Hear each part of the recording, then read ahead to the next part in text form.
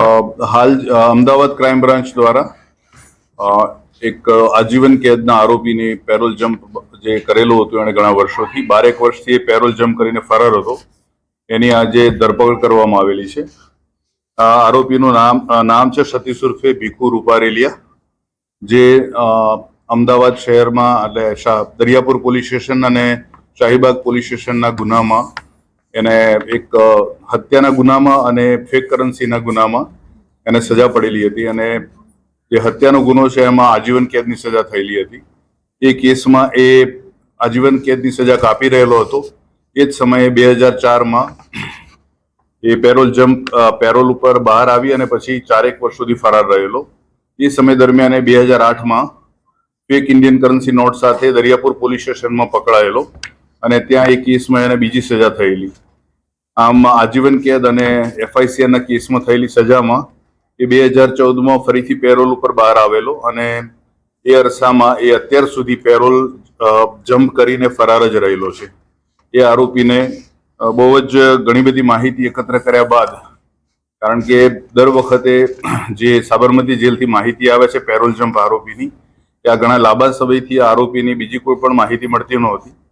એટલે લગભગ 12 વર્ષ એટલે ઘણા સમયથી અમારી ટીમ કામ કરી રહી હતી અને અંતે એને સફળતા મળી છે. હાલ એ ન્યૂ રાણીપ ખાતે રહે છે અને ત્યાંથી એની ધરપકડ કરવામાં આવેલી છે. હાલ આરોપીને હવે પરત સાબરમતી જેલમાં સોંપવામાં આવનાર છે.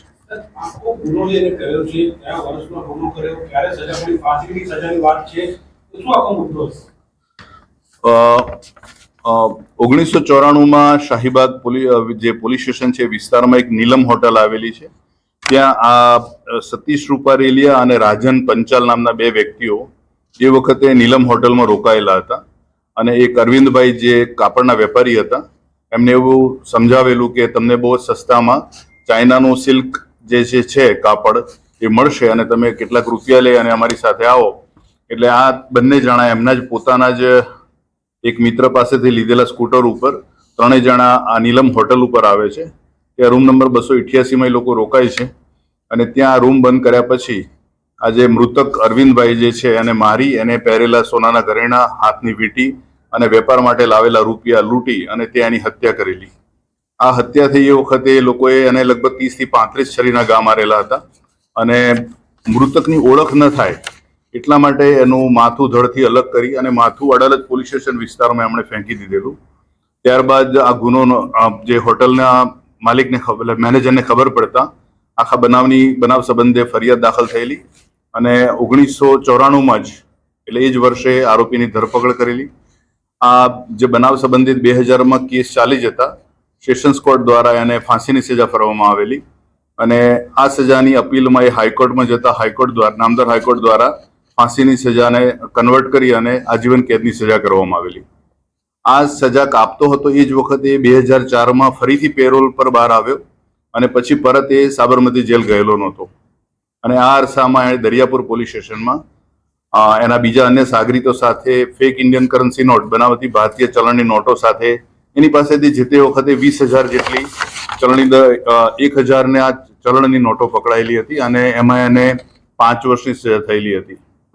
આ જે નોટ જે છે FICR જે તે વખતે જે પકડાઈ 2008માં એ એના સાગરીત જે છે એ પાડિયાદ જે ગામ છે રાણપુર પાસે એ મનસુખ એ નોટ છાપતો હતો અને આ બધા ભેગા થઈને આ નોટ સર્ક્યુલેટ કરતા હતા.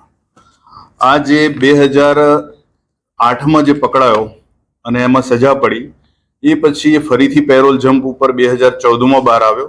14માં બહાર આવ્યા પછી એ સાબરમતી જેલમાં પરત ગયેલો નહીં અને 2017માં એણે ઓફિશિયલી ગેઝેટમાં પોતાના જે પણ લિવિંગ સર્ટિફિકેટ્સ અને અન્ય જે પણ જરૂરી દસ્તાવેજો છે એના આધારે એફિડેવિટ કરી એણે પોતાનું નામ સતીશ રૂપારેલિયામાંથી સંજય રૂપારેલિયા કરેલું અને ત્યારબાદ એણે નવું જીવન શરૂ કર્યું અને એણે ફરીથી લગ્ન પણ કર્યા. પ્રથમ પત્ની એના જે પ્રથમ જે ગુનો બન્યો હતો ત્યારે જ એના ડિવોર્સ થયેલા હતા અને બીજી પત્ની સાથે એણે લગ્ન જીવન શરૂ કર્યું અને 2 બાળકો છે. એ બાળકો હાલ અભ્યાસ કરી રહ્યા છે પણ આ બાળકો, એની પત્ની અને એના પરિવારના બાકીના તમામ સભ્યો એટલે કે એના માતા પિતા અને બીજા જે પણ છે એમને એ ખબર નહોતી કે આ જે સતીશ ઉર્ફે સંજય નવા નામ મુજબનો એ ખરેખર અમદાવાદમાં રહે છે, બહાર રહે છે, ક્યાં રહે છે. ક્યારેક એ 6 મહિને 1 વર્ષે એના પરિવારને કોઈ પણ બહાના હેઠળ મળી જતો હતો. એ સિવાય એમને એ પણ ખબર નહોતી કે આ ખરેખર ન્યૂ રાણીપમાં આ જગ્યાએ રહે છે. હાલ જે આરોપી અત્યારે પકડાયો છે સતીશ ઉર્ફે સંજય. સતીશ હાલ પ્રહલાદનગરમાં એક જગ્યાએ ઓફિસ ભાડેથી રાખી અને એના અન્ય પાર્ટનર્સ સાથે લોન અપાવવાનું કામ કરે છે, ફાઇનાન્સનું.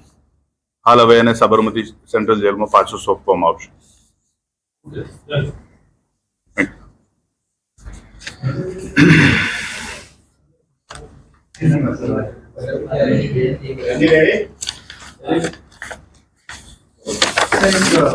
फांसी की सजा पाने के लिए अपराधी को गिरफ्तार किया गया है। मामला कहाँ से गिरफ्तार किया गया और आगे क्या कार्रवाई?